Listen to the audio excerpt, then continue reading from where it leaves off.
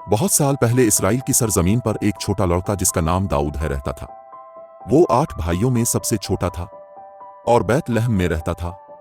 दाऊद अपने बाप की भेड़ बकरियां चराया करता था। वो रात और दिन अपने बाप की भेड़ बकरियों की हिफाजत करता था और उन्हें शिकारी जानवरों से बचाता था।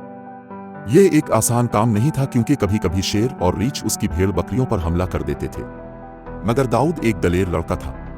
वो उन शिकारी जानवरों को मार कर भगा देता था। इसके अलावा दाऊद को बरबत बजाने का बहुत शौक था। वो इसे बहुत खूबसूरती से बजाता था और आसपास के परिंदे भी उसके साथ गाते थे। एक दिन एक नबी जिसका नाम सिम्वेल था दाऊद के घर आया। जैसे खुदा ने बोला था कि दाऊद मुल्क इसराइल का होने वाला बादशाह है। सिम्वेल नबी ने दाऊद को बादशाह होने के लिए मसा किया, जिसका मतलब है कि दाऊद को एक खास काम करने के लिए चुना गया है। सब कुछ चल ही रहा था कि एक बड़ा मसला भरपा हो गया, क्योंकि मुल्क इसराइल और फलस्तीन के दरमियान जंग छिड़ गई। फलस्तीन का एक बहुत ताकतवर सिपाही जिसका नाम जाती जोलैत था। जाती जोलैत के जितना बड़ा और ताकतवर वहां कोई भी मौजूद नहीं था। हर दिन जाती जोलैत इसराइल को ललकारता और कहता कि इसराइल में अगर कोई मुझ जैसा ताकतवर है तो आकर मुझसे लड़े। मगर हर कोई इससे डरता था।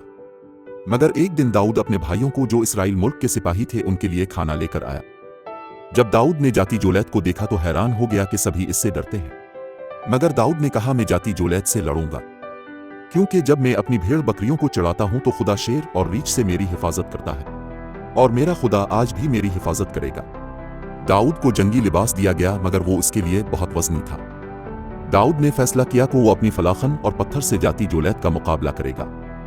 जब जाती जोलैत दाऊद पर हमला करने को आगे बढ़ा तो दाऊद ने पत्थर लिया, अपनी फलाखन में खींचा और पूरी ताकत के साथ जाती जोलैत के माथे पर मारा। जाती जोलैत जमीन पर गिर गया और दाऊद जीत गया।